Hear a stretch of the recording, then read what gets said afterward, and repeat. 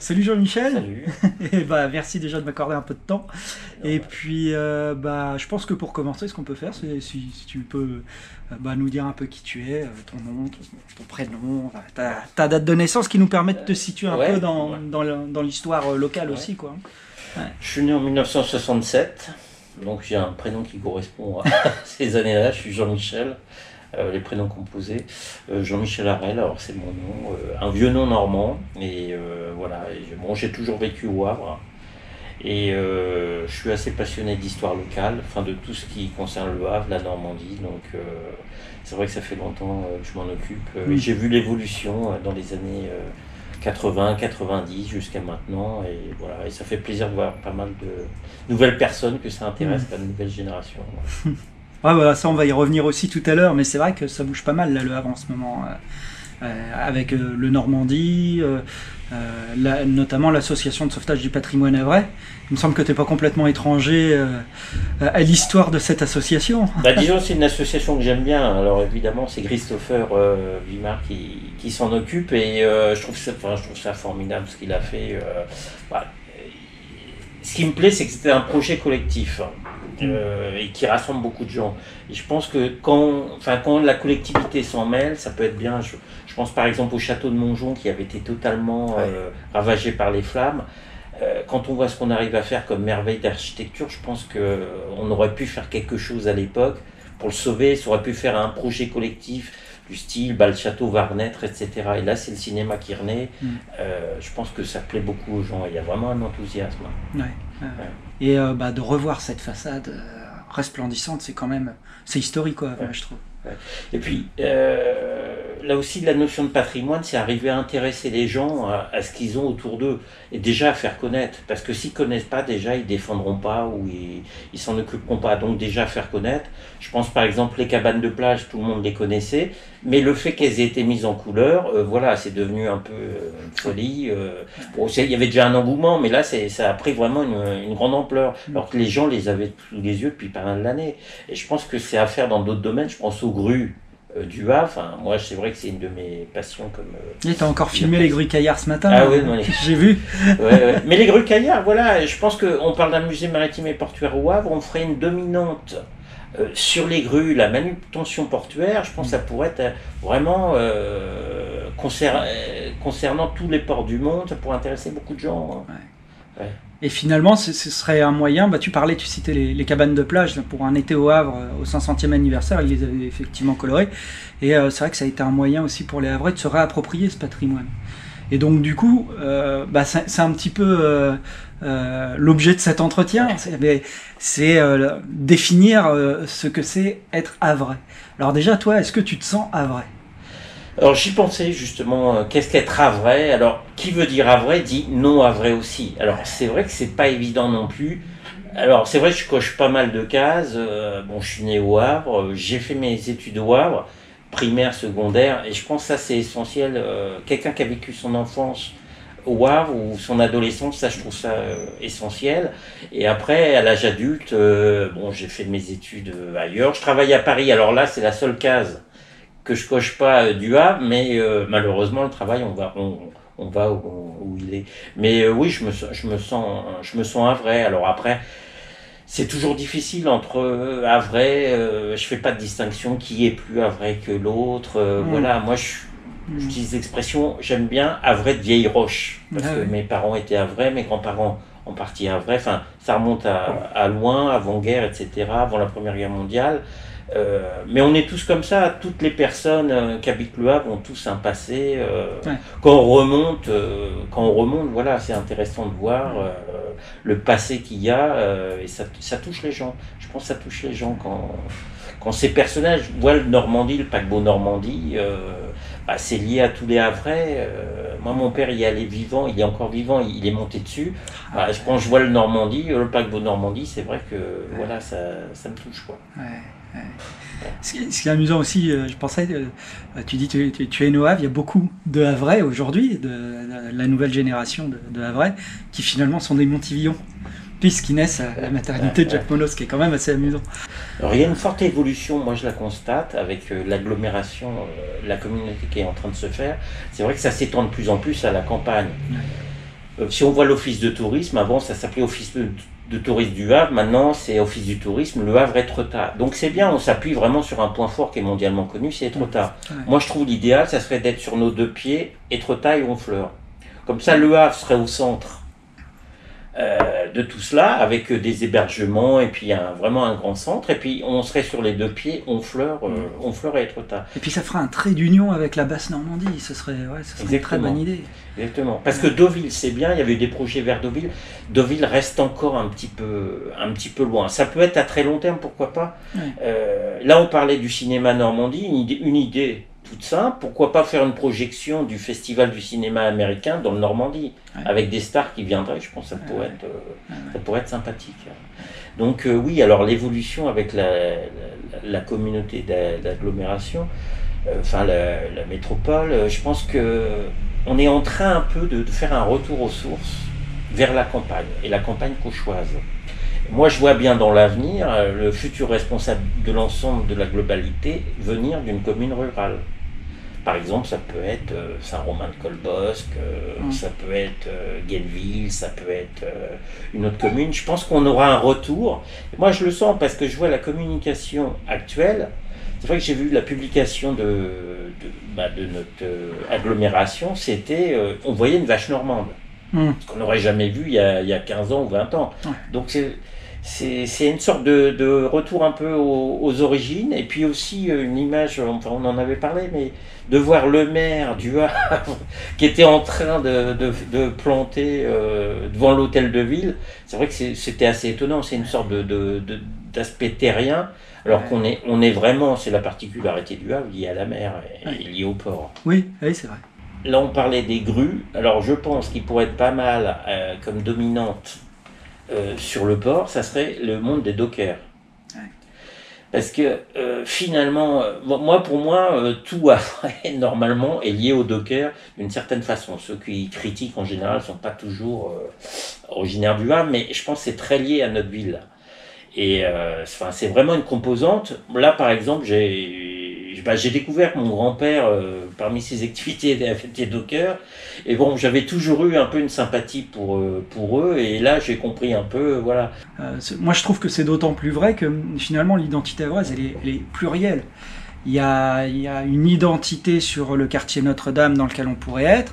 Il y a une identité sur le quartier des Neiges, qui est peut-être l'exemple un peu extrême, mais parce que lui il est enclavé dans le port, c'est très particulier, mais il y a aussi une identité sanvicaise avec son architecture propre, peut-être même une forme de culture, de micro-culture à l'intérieur même des quartiers.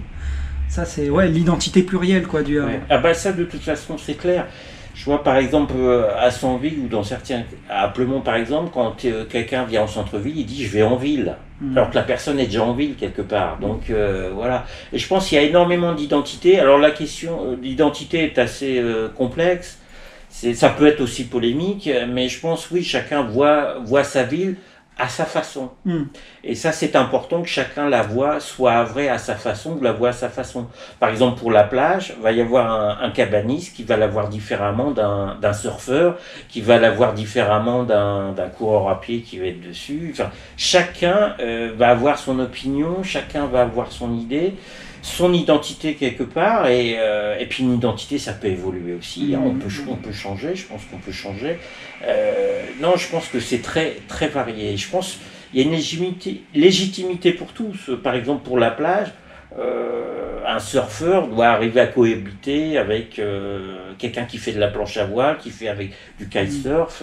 Voilà, je pense que ça fait une sorte de vie très riche, en fait. Bien sûr. Je trouve ça bien, En fait, tu réponds un peu à la question que je voulais aborder par la suite, c'était sur la nature de ton lien avec la ville du Havre. Si tu avais quelques qualificatifs pour vraiment définir ce lien. Moi, je suis très attaché, touché aussi, parce que quand je passe devant un bâtiment, par exemple le foyer belge, je sais que j'ai eu des gens de ma famille qui ont vécu, donc c'est vrai que j'y ai jamais vécu, mais je le vois, je me dis, ah bah tiens, voilà, j'ai vécu, quelqu'un de la famille y a vécu. Quand on a parlé d'un hôtel qui va se faire sur le front de mer, un hôtel Hilton, je crois. Voilà, je pense tout de suite à Frascati, l'hôtel Frascati. Alors pourquoi pas l'appeler le Frascati Havrais. Là, va y avoir une tour pas loin d'ici, de la rue de Paris, la tour Alta. Pourquoi pas l'appeler la tour de l'Arsenal, puisqu'il y a eu un arsenal. Enfin, je pense qu'il y a des liaisons, et c'est pas seulement des liaisons historiques, c'est des liaisons personnelles. Et je pense que les gens, ce qui les intéresse, c'est cet aspect personnel. Je pense à l'escalier roulant, je pense que ça a eu du succès. Alors l'escalier vaut ce qu'il vaut, mais je pense que ça a touché les gens parce que déjà ils ne connaissaient pas, et puis peut-être certains y sont allés, certains ont eu des membres de leur famille qui y sont allés. Enfin, je pense que ça peut toucher les gens. Et voilà, que ça soit collectif, pas réservé à une petite minorité, mais vraiment que ça soit collectif. Il y a peut-être plusieurs finalement natures de patrimoine et donc d'appropriation de ce patrimoine et de construction de l'identité. Si on prend l'escalier roulant, comme tu citais tout à l'heure, c'est des gens qui l'ont probablement pris pour descendre, pour aller travailler. Donc ils l'ont pris tous les matins, pas forcément en étant heureux d'y aller, tu vois, mais il y a quelque chose là-dedans qui fait qu'on intègre cet élément de patrimoine à notre personnalité. Et c'est pas forcément des choses forcément positives, comme les cabanes de plage, où là c'est quelque chose où on se réjouit plus. Voilà. Et il y a un autre élément de patrimoine qui a disparu et qui pourtant a profondément marqué l'identité locale dans le quartier d'Anton, c'est la maison d'arrêt. Ouais. Ça, la maison d'arrêt... La maison d'arrêt, c'est un bon exemple parce qu'on parlait d'endroits positifs ou négatifs. Alors, évidemment, aller en prison, c'est plutôt associé à du négatif. En même temps, c'est un passage pour certaines personnes, et c'est pas des personnes forcément qui vont penser à garder un souvenir sur le moment, mais plus tard, ça peut être intéressant pour eux, pour elles, de voir la prison comme elle était. C'est pour ça que j'ai filmé la prison. Ça peut paraître idiot, mais une fois qu'elle n'est plus là, voilà, qu'est-ce qu'il y avait à la place avant? Et ça, c'est une question qu'on peut se poser quand une ville bouge beaucoup, comme maintenant. Qu'est-ce qu'il y avait avant? Et filmer, alors je pense par exemple à Daniel Athé ou à bien d'autres, si on photographie, on filme, c'est pas forcément pour soi, mais ça peut être pour les générations qui viennent, parce que soi-même on a vu les choses, mais c'est pour les générations qui viennent. Moi, j'ai vu une photo de la rue Casimir-Périer dans les années 70, je n'aurais pas pu la prendre, mais quelqu'un l'a prise, et immédiatement, ça fait une sorte de Madeleine de Proust, et de voir une photo d'un endroit, ça remémore, ça ravive des souvenirs, et rien qu'à partir d'une photo, ça réveille des parties de la mémoire, et voilà, ça rappelle des choses qu'on pensait totalement disparues. Et je pense que la ville, sur ce plan-là, devrait créer un poste. Moi, je pense que ça serait intéressant pour l'association du patrimoine, pourquoi pas de le proposer un jour, mais qu'il y ait quelqu'un qui soit chargé à la ville, ou une équipe, pour chaque endroit qui va changer, de faire des photos, de faire des films, voilà, pour qu'on garde des traces, même de détails. Un vieux volet qui est détruit, voilà, ça peut être utile pour savoir quels étaient les types de volets dans les années 1900. Je pense que tout peut être utile, on ne se rend pas forcément compte sur le champ, mais pas mal d'années plus tard, oui, on se rend compte que c'est utile. Oui. J'ai vu une photo de toi à l'entrée d'un souterrain. Bon, je tairai l'endroit parce que ça reste voilà, des lieux qui sont plutôt fragiles et qu'il s'agit plutôt de préserver dans leur secret, quoi. Mais en voyant cette photo de toi à l'entrée de ce souterrain, je me suis dit, bon sang, il faut que j'aille voir. C'est un endroit par lequel je passais à un moment donné quotidiennement, puisque je travaillais à l'autre bout. Et je me suis dit, il faut que j'aille voir. Et effectivement, j'ai découvert ce souterrain parce que j'ai vu une photo de toi à l'entrée de ce souterrain. Quelqu'un avait pris la photo. Pour qui, pourquoi? Je sais pas, la photo était tirée de son contexte. Mais voilà, c'était pour illustrer ce que tu venais de dire. Alors ça, c'est la dimension du Havre un peu secrète aussi, parce que les souterrains, c'est caché. Ça peut toujours attirer les gens. Le Havre des légendes aussi, c'est toujours un peu caché ou un peu ésotérique. C'est toujours un peu caché. Et je pense, voilà, on parlait de dimension de la ville, enfin d'identité, mais aussi de dimension. Il y a différentes dimensions de la ville. Il peut y avoir une dimension sportive, une dimension culturelle. Il peut y avoir aussi une dimension cachée. Il peut y avoir énormément de dimensions et on ne s'en rend pas forcément compte sur le champ. Je pense par exemple au développement d'Internet ou du téléphone mobile. Finalement, on en sort d'à peine il y a 20 ans ou 25 ans du téléphone mobile ou d'Internet. Et il n'y a pas vraiment d'histoire d'Internet au Havre ou du téléphone mobile. J'essaie de me souvenir la première fois que j'ai vu quelqu'un avec un téléphone mobile au Havre, un vrai téléphone. Alors c'était un soir d'élection, alors je ne sais plus quand c'est. Non mais c'est pour dire que c'est très récent et finalement on se demandera un jour, ben oui mais le monde a évolué, maintenant tout le monde a un téléphone à la main, mais ça a commencé quand? Comment ça s'est fait? Comment ça s'est fait? En combien de temps? Oui, bien sûr. Et ça, je pense que c'est des révolutions très puissantes, le fait d'avoir un téléphone portable qui n'existait pas il y a encore. Et peut-être que cette histoire va s'écrire quand les générations qui ont vécu la démocratisation, je parle de la démocratisation du téléphone portable par exemple, ou de l'Internet, va arriver à des âges où elle sera tentée d'en écrire l'histoire. Tu vois, quand ils auront 55, 60, 65 ans par là, qui vont se dire, tiens, bah moi j'ai connu ça, et il y a plein de jeunes qui n'ont pas connu, je vais raconter ce que j'ai vécu. Tu vois. Je pense que l'histoire s'écrira un peu comme ça. Et ce qui est fou, c'est qu'on est dans l'évolution et finalement on s'en rend pas forcément compte. Et moi ça me fait penser à la photographie. Au 19e siècle, les gens, oui, découvraient la photographie, toutes les techniques photographiques, mais étaient dans le bain, c'est le cas de le dire, et se rendaient pas forcément compte qu'il fallait noter les évolutions. On parlait de photos, j'ai vu des photos de personnages havrais des années 1900 qui sont parfois à vendre. Ça fait seulement depuis quelques années qu'on s'intéresse aux photographes havrais avant, même dans les années 1950, 1980, il n'y avait pas d'intérêt pour ces portraits photographiques. Et moi je pense par exemple, il faut conserver les photos des années même 60, 1980, parce que demain ça sera introuvable. Et je pense même aux photos des années 80, 1980, c'est pas forcément plus facile d'avoir des photos des années 1980 que des années 1930. Bon là on parle de photos qui sont matérielles. On arrive à une période de notre époque où il y a de moins en moins de matériel. Tout est dématérialisé, numérisé.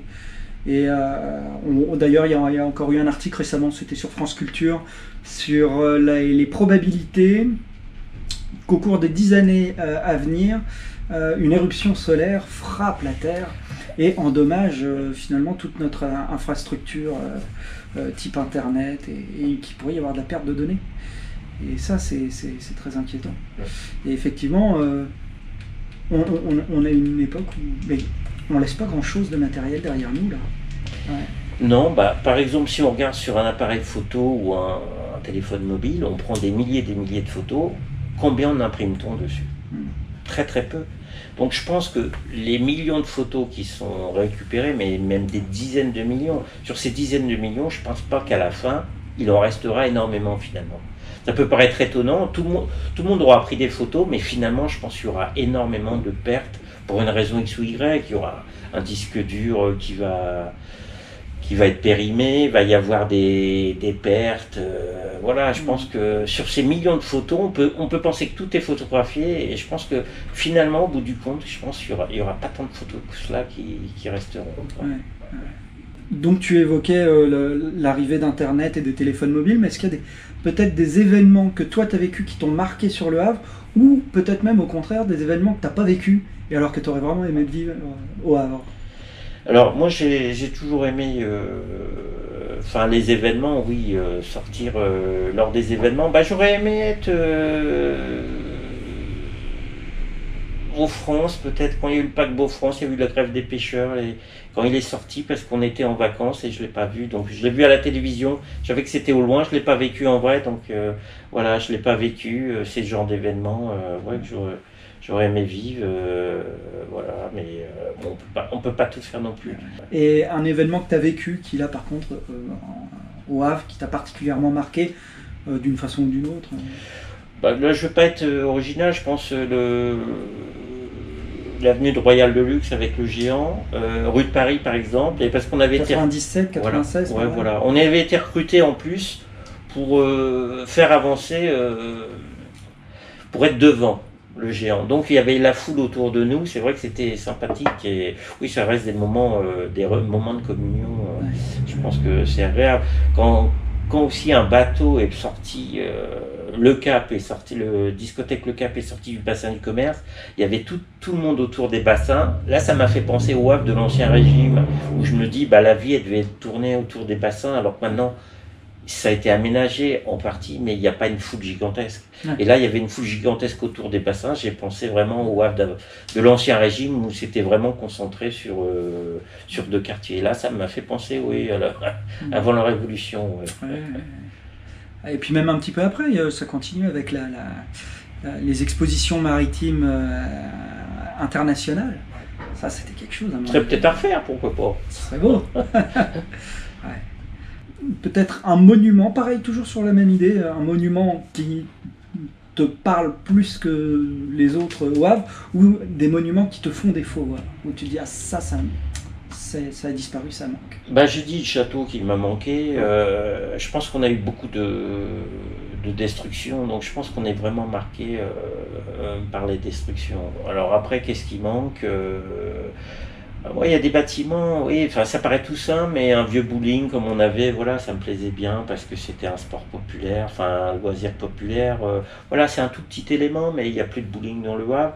Ça peut être des petits éléments, c'est pas forcément des grands éléments, c'est pas forcément les grands monuments, mais oui, ça peut. Un petit patrimoine du quotidien, quoi. Ouais, petit patrimoine du quotidien. Bah, on n'y fait pas attention.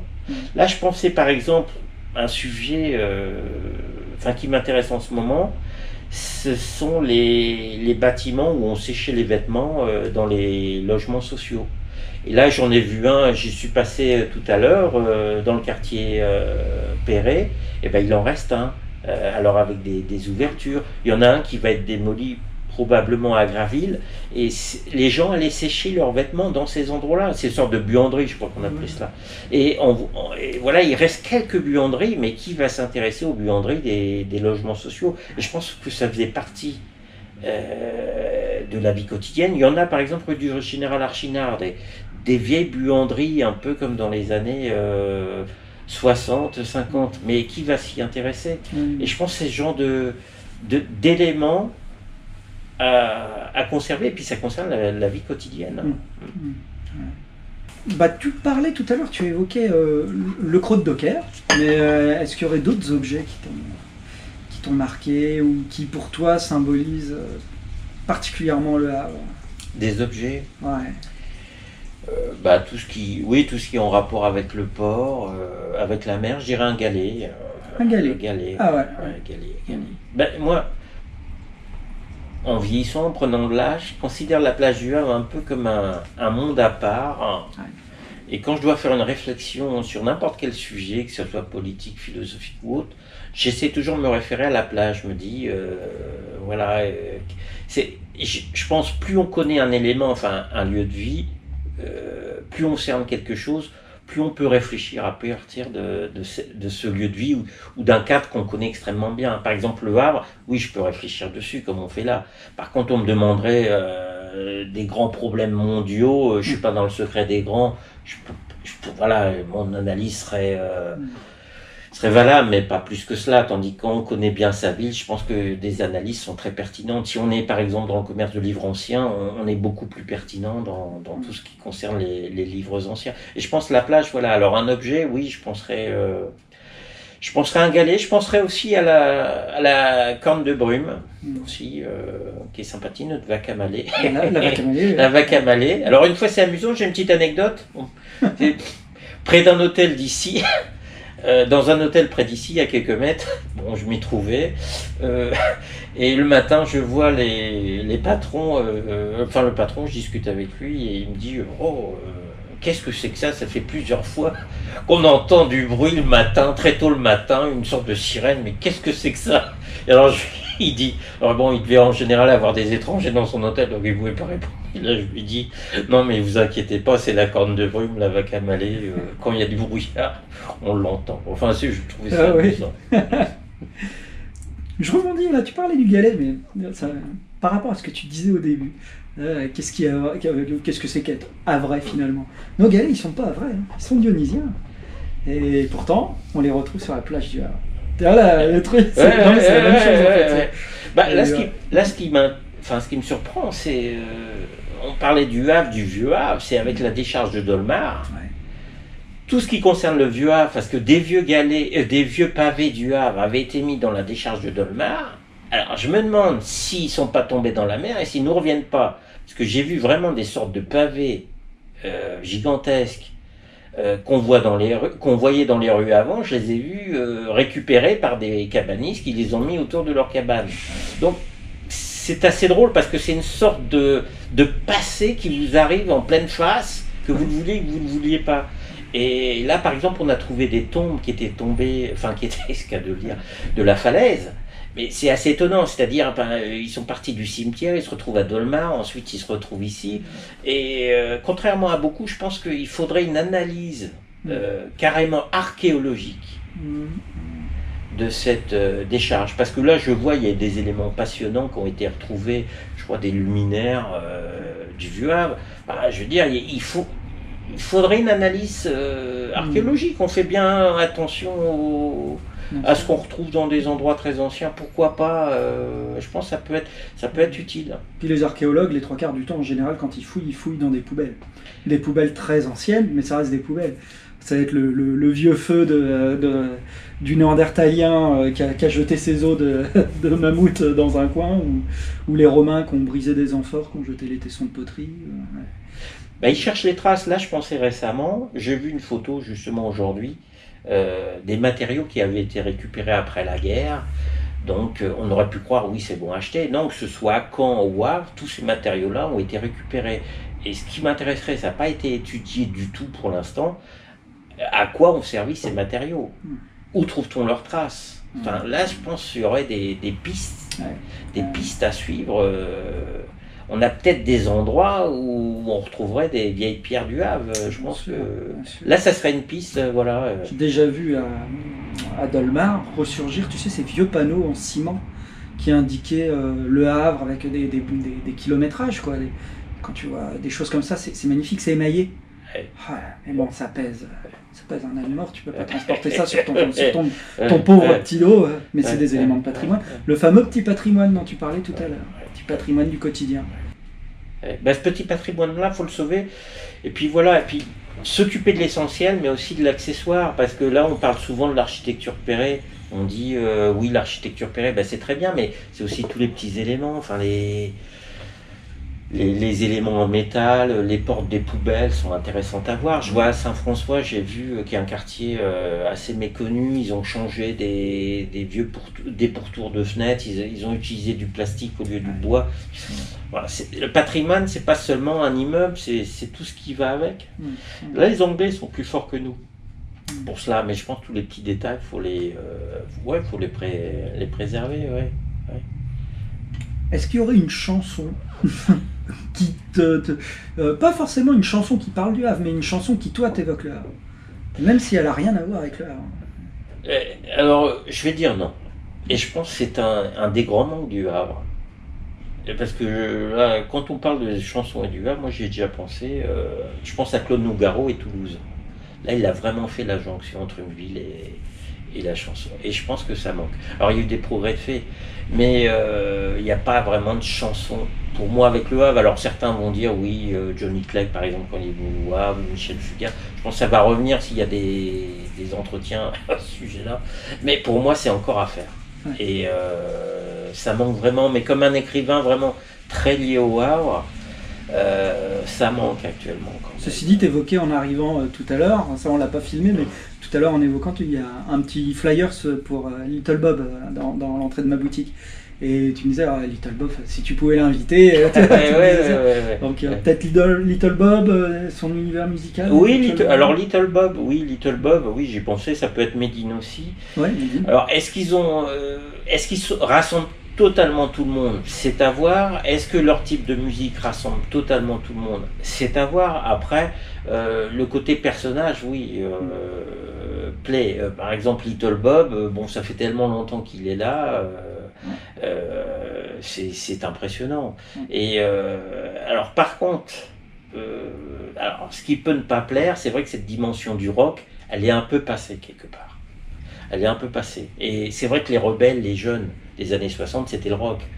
Maintenant, même si on parle encore du rock, je pense qu'on est passé à d'autres dimensions musicales. Voilà, et puis ça peut être très varié. Moi, je verrais bien des festivals de hip-hop, par exemple, au lieu du festival de jazz.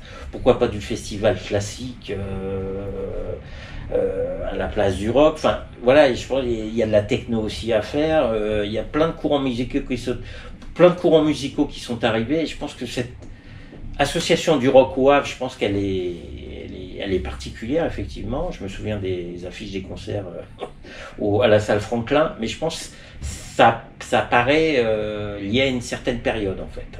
Et côté rebelle, jeune, vieilli aussi. Et ça, voilà, parce que c'est une ville vieillissante, faut quand même le dire. Je pense qu'on a des points positifs, on a aussi des points qui sont pas forcément négatifs, mais qui sont pas forcément très porteurs, en fait. Un livre, un auteur. Alors, un auteur lié au Havre, moi que j'aime bien, c'est Borelli. Alors je vais être classique, mais c'est l'histoire du Havre par Borelli que j'ai lu. Et j'aime bien parce que ça parle pas mal d'Ancien Régime. C'est assez vivant. Je pense qu'il y a un historien par siècle, un grand historien. Borelli c'était le 19e, Le Goua c'était le 20e. Et qui n'a pas son nom de rue, je crois pas qu'il y a son nom de rue, Jean Le Goua encore, j'ai une tort. Et au 21e siècle, voilà, on attend qui ce sera. On a Monsieur Gastine quand même, qui est pas trop mal. Ouais, Gastine a fait. Alors, Gastine, je suis en train de lire sa thèse, qui est assez intéressante. Et Gastine connaît bien le Havre. Voilà, c'est quelqu'un d'intelligent. C'est aussi à remarquer, il s'est intéressé à l'Ancien Régime, qui était le régime monarchique, le régime des rois. Donc finalement, c'est pas non plus entre guillemets innocent. C'est un peu l'ancien temps, un temps d'ordre. Un temps d'ordre avant la Révolution, donc avant que ça change vraiment. Donc, bon, c'est un conservateur, évidemment, c'est un ami, je l'aime bien, voilà, et on peut discuter avec lui, je l'aime bien. Et non, mais voilà, c'est quand même, il s'est occupé d'une partie assez ancienne, assez stable, où il n'y a pas eu énormément de révoltes, voilà, il le dit. La bonne ville royale du Havre. Oui, c'est ça, c'est notre bonne ville, il s'est bien intéressé à Notre-Dame. Il a beaucoup travaillé dessus. Mais alors, pour l'Ancien Régime, je pense que ce qu'il faudrait vraiment faire, c'est de la paléographie, parce que tout le monde a accès aux archives WA, mais alors la paléographie, lire un document de 1600 ou de 1630, c'est quasiment faisable. Donc ça, on n'avancera pas tant qu'il n'y aura pas des documents tout traduits, entre guillemets, en français moderne.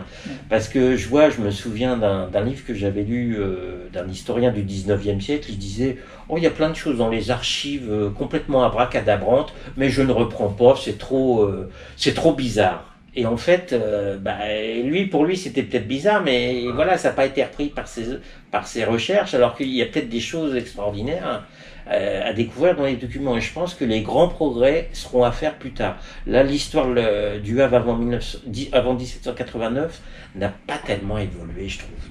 Mais on est peut-être à l'aube d'une grande révolution, comme tu dis, puisque on parle de plus en plus d'intelligence artificielle et de super-ordinateurs.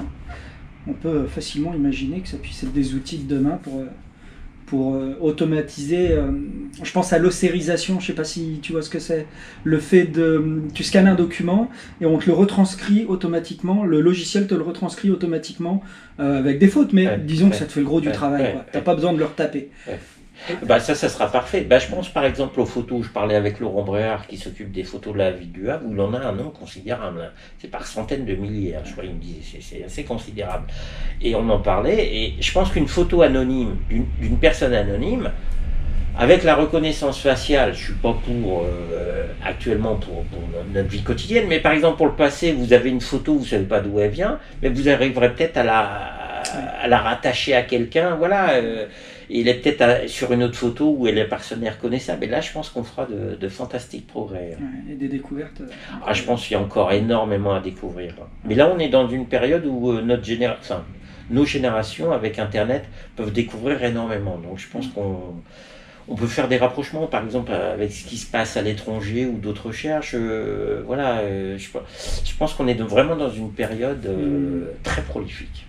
Il y a eu notamment la révolution Facebook, qui a quand même mis en avant l'histoire du Havre. Je pense à des groupes qui réunissent quand même pas loin de peut-être 15 000 membres, comme le Havre d'autrefois. C'est quand même des gros pavés, ça, localement. Facebook a permis de mettre en commun, peut-être de manière anarchique quand même, parce que les sources ne sont pas protégées, c'est assez problématique, ça décontextualise beaucoup de choses, mais il y a eu aussi des petites choses intéressantes. Et puis je pense surtout ce qu'il faut conserver sur Facebook par exemple, c'est les témoignages. Il y a des exemples, par exemple la boîte de nuit Nébulise ou enfin, la vie nocturne, il y a des témoignages passionnants. Voilà, il faut les conserver, il ne faut surtout pas que ça disparaisse. Je vois, il y a énormément de renseignements qu'on peut obtenir. Donc là, il faut vraiment conserver une copie de ces témoignages. Parce que là, ça me paraît essentiel. Parce que quand vous faites un appel à témoignage dans le journal pour un monument, personne ne va vous répondre. Je peux vous le dire, personne ne va vous répondre. Par contre, là, chez eux, les gens pianotent et puis donnent des indications qu'on n'aurait pas sinon. Et ça peut être une source aussi pour notre bon Havre. Et justement, face à ce monde qui change, des problématiques nouvelles qui arrivent, des inquiétudes aussi, on parle de plus en plus de changement, de dérèglement climatique, de changement de climat. Il y a des tensions un peu internationales aussi entre les pays, c'est un peu spécial comme période. Est-ce que toi, tu aurais un message que tu aurais envie de transmettre? Je vais surprendre, mais j'ai pas de message à donner, parce que chaque génération est différente. Je pense que les enfants peuvent être totalement différents des parents. Je pense qu'une génération peut être totalement différente, même peut être totalement opposée. Et c'est pour ça que cette question de patrimoine, à laquelle j'étais assez intéressé, j'y pense. Alors après, est-ce que c'est une bonne idée, cette idée de patrimoine, oui ou non? Et je dis souvent, les cabanes de plage, c'est un esprit. C'est-à-dire, le jour où il n'y aura plus l'esprit, vous savez, moi je dis souvent, on peut brûler toutes les cabanes de plage. Si c'est pas le même esprit qu'on aime, etc., on peut brûler toutes les cabanes de plage. Donc cette histoire de patrimoine, là aussi, est-ce que c'est bien, c'est pas bien? Est-ce qu'il faut le conserver, pas le conserver? Est-ce que ça a un sens? Quel sens ça a? Est-ce que ça n'est plus le même sens qu'on a aujourd'hui? C'est des questions. Moi j'aime bien la philosophie, c'est se poser des questions, c'est pas forcément avoir des réponses. Et puis je pense que ça peut être un témoignage. Après, j'ai pas forcément envie de transmettre quelque chose.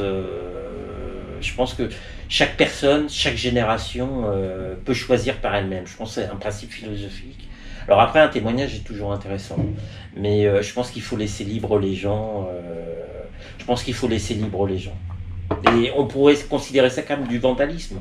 Par exemple, il y a des choses qui ont été faites, mais à l'époque, ça avait du sens, finalement. Il y a des choses qui ont été détruites. C'est vrai que ça peut choquer, mais finalement, ça avait du sens. La prison a été supprimée. Je pense qu'il y a des gens qui ont été contents, quelque part, en disant, voilà, j'ai vécu des mauvais moments, la prison est supprimée. Donc, là, par exemple, on pense à des grands ensembles comme Chicago, le grand ensemble de quartier. Alors, beaucoup de gens ont dit, oui, c'était rempli de cafards à l'intérieur, c'est très bien que ça a été détruit, etc. Mais bon, en même temps, c'est l'histoire de certaines personnes, la vie de certaines personnes, qui est en même temps démolie quelque part. Et ça, on peut le prendre mal, parce que c'est en partie une partie de leur enfance, de leur vie qu'on leur enlève. Moi, ce qui me frappe, c'est on garde souvent les maisons des hommes illustres ou des personnes illustres. On garde leurs maisons. Mais alors, ça veut dire quoi? Ça veut dire que les autres gens, non, ça vaut pas la peine qu'on garde leur maison, qu'on garde leur témoignage. Et il y a des pièces, on les garde intactes comme il y a 100 ans, mais nous, voilà, le commun des mortels, non, n'est pas intéressant. Enfin, ça n'a pas d'importance. Et ça me gêne. Et je pense que cette dimension historique, c'est pas seulement quelques personnes. Voilà, c'est un groupe. Ça, c'est ce qui m'intéresse, par exemple, dans les archives. C'est pas seulement trouver sur une personne, mais voilà, sur un groupe de personnes. C'est pas seulement une personnalité, un notable, quelqu'un qui avait des responsabilités. Ça peut être monsieur ou madame tout le monde. Sa vie est aussi intéressante que n'importe quelle autre. Voilà, ça serait ce que j'ai à dire. Peut-être un mot pour la fin? Un dernier mot, quelque chose? Écoute, moi je suis content qu'on s'intéresse aux gens. Parce que le contact humain, c'est essentiel, parce que les gens sont derrière leur ordinateur. En général, on est derrière nos téléphones portables, nos ordinateurs, et puis c'est vrai que c'est bien, c'est impeccable, mais en même temps, je pense qu'il y a besoin du contact humain. Les archives municipales, j'aime bien, parce qu'il y a le contact humain aussi dans une salle de lecture, et ça, je pense qu'il ne faut pas qu'on perde le contact humain. La richesse, c'est vraiment, l'humain, et puis je pense que voilà, et puis s'intéresser à tout le monde, je pense qu'il y a beaucoup de personnages à vrai, des gens qui demandent à être découverts, et qui sont des mémoires, voilà, et des personnes âgées, même des jeunes. Je pense que chacun peut apporter quelque chose. Voilà, et puis des entretiens, je trouve ça sympathique. Voilà. Ok, bah écoute, merci beaucoup pour ton temps Sans devoir et ta grande sagesse. Je pense pas être sage. Pas être sage. Non, mais dès que c'est le Havre, c'est vrai que je suis un peu intarissable. Bon.